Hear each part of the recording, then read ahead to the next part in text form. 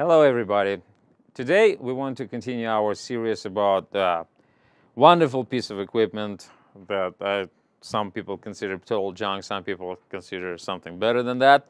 It's a Behringer line of X32 products, which is, we had a review about Behringer X32 full soundboard. Now we got in our studio something smaller, which is X32 Rack.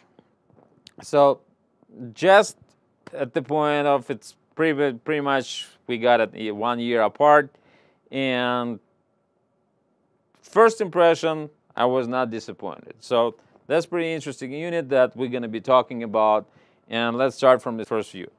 The thing is, built in a metal body, pretty much I wouldn't say it's built like extremely sturdy, but at the same time I don't think you need something that sturdy like to be built like a tank, because apparently this unit is designed to be placed in a rack and be protected from all over the place, so it's not built in such a way that it will be tossed around. So apparently how it overall is not very heavy, so I don't know,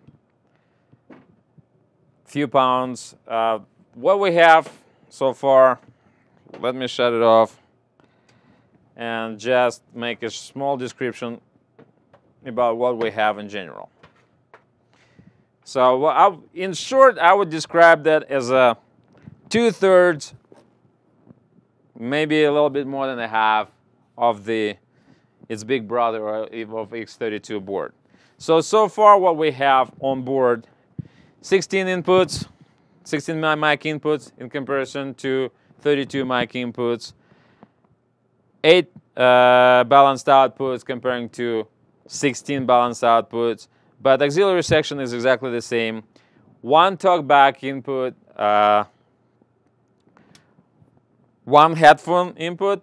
In comparison, this one have 2 headphone inputs, and the rest of the stuff is looking pretty much the same, except the fact that we don't have any faders over here. So again, one major difference that I've noticed is the output card, which previously when we got the bigger soundboard, it has FireWire and USB. Now the new card has only USB output, but according to manufacturer's description, it still allows you to process 32 inputs, 32 outputs in and out of your computer via USB 2, which is absolutely surprising because I haven't seen any sound cards, separate sound cards on the market that will do both, and this much will be able to support this much bandwidth.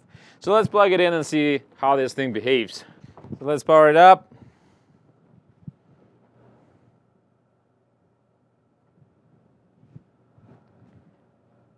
Everything seems to be pretty much the same, behaves in the same way. The one important thing that you notice right away after, if you have this one, when you turn in this one, you find the display is way smaller. Even though it's the same resolution, but it's pretty much like maybe 2/3 of the size. So all the phones out there appear way smaller, so it's hard to see from the distance. Like for example, with the soundboard, I have a pretty good vision, so I can see all the designations of the buttons out there on the soundboard from here. For the rack unit, you have to really lean and look closer. So if somebody buys that with expectation of running that from this front panel and run the live gig, I will tell it's going to be quite problematic. Why?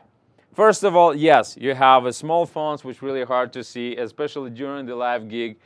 It's hard. It's still going to be, maybe when you learn all the interface, kind of easy, so you're not going to have to read all the knobs. But in order to access certain channels when you need, on demand, you're going to have to scroll with this knob. So they're showing all inputs, auxiliary inputs, buses, DCA, mains, and matrix. So if for example, if I need to do the adjustment and select something in the matrix, I have to scroll through all the channels. When it goes through auxes, goes through buses, through DCA and goes to matrix. When I select the matrix, then I hit this button, then I see what we have in matrix. So from here I can access the rest of the controls. So pretty much the layout is almost the same, except the buttons on the controls, which on the sound on X32 big board, the buttons on the one side, here on the both sides. The rest of the stuff is fairly easy. The configuration of the joystick buttons are pretty much a little different, but it doesn't really change how you work with it. The rest of the stuff is fairly easy to use.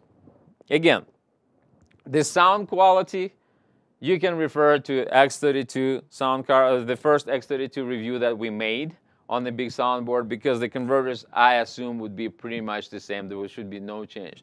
So the sound would be the same as well. So the compatibility, all the controls on the app that controls that thing is absolutely the same. There is no difference. Same app controls either one or another. So you can get the app for your iOS. You can get the app that for Mac system, for Windows, and there is, I saw one aftermarket designed for Android devices. So pretty much now you have accessibility from all major platforms, probably except BlackBerry. You don't need it either.